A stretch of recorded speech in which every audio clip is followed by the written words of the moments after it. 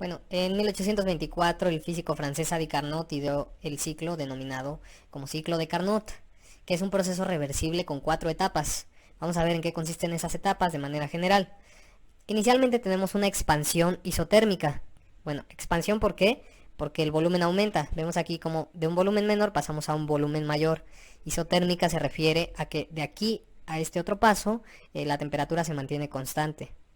Luego tenemos una expansión adiabática. Nuevamente es expansión porque pasa de un volumen menor a uno mayor.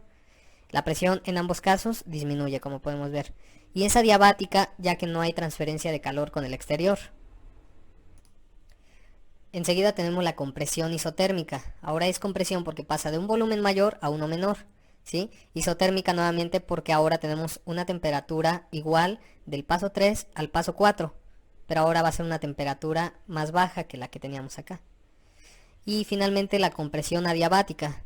Una compresión porque disminuye el volumen y adiabática porque tampoco hay transferencia de calor con el medio. Muy bien, vamos a verlo de manera más gráfica para que quede comprendido. Aquí tenemos este applet que nos va a ilustrar un poco el proceso de Carnot. Nos vamos a guiar aquí por esta gráfica que aparece del lado derecho y la ilustración animada del lado izquierdo. Vamos a ver el proceso 1-2, ¿cómo es? Decíamos que es una expansión isotérmica, ¿sí? Aquí tenemos entonces.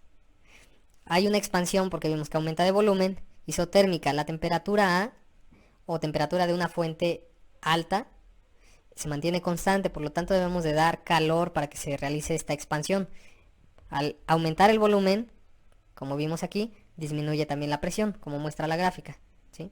Ahora vamos a hacer el proceso 2-3, que sigue siendo una expansión, como se ve aquí. Al hacer la expansión y tener el aislamiento, es decir, que no hay transferencia de calor con el exterior, la temperatura baja de ser una temperatura alta a una temperatura baja, ¿sí? El proceso 3-4 es la compresión. Disminuye el volumen del gas y aquí tenemos que la temperatura B se mantiene constante, ¿sí? Por lo tanto debemos eliminar un calor que denominamos calor de salida. Y finalmente el proceso 4-1, que es una compresión también porque disminuye nuevamente el volumen del gas, pero ahora como es adiabático este proceso, es decir que no hay transferencia de calor con el exterior, al comprimir el gas obviamente tiene que aumentar la temperatura y pasamos de la temperatura de la fuente baja a temperatura de la fuente alta.